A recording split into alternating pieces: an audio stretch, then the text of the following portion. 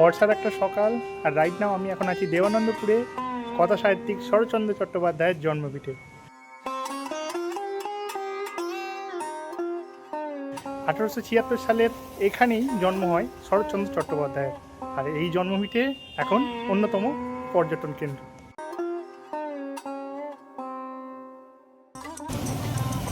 আমার সামনে যে রুমটা দেখতে পাচ্ছেন, এটাই ছিল শরৎচন্দ্র চট্টোপাধ্যায়ের বৈঠকখানা।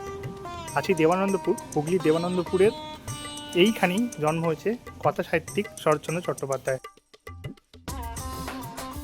1876 সালের 15ই সেপ্টেম্বর এই বাড়িতেই জন্ম হয় শরৎচন্দ্র চট্টোপাধ্যায়ের। এটি একটি ঐতিহাসিক জায়গা, যেটি ব্যান্ডেল থেকে একদম সামনে। তো আমাদের ব্যান্ডেল যাওয়ার পথেই, মানে লাহিড়ী বাবা আশ্রম যাওয়ার পথেই এই জন্মভিটে পড়লো, তো সেটাই ভ্রমণ করছি। খুব সুন্দরভাবে সাজানো গোছানো।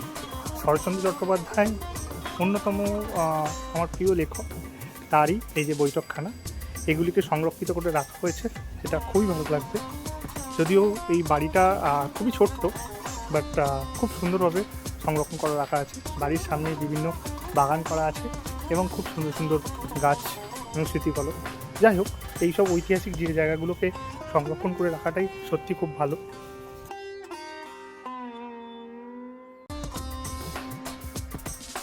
তো এই বাড়িতেই খুব সুন্দরভাবে সংস্কার করে মেনটেন করা আছে, এবং সত্যি কথা সাহিত্যিক শরৎচন্দ্র চট্টোপাধ্যায় অন্যতম একজন প্রিয় লেখক আমার, এবং তার এই জন্মভিটে খুব সুন্দর লাগে।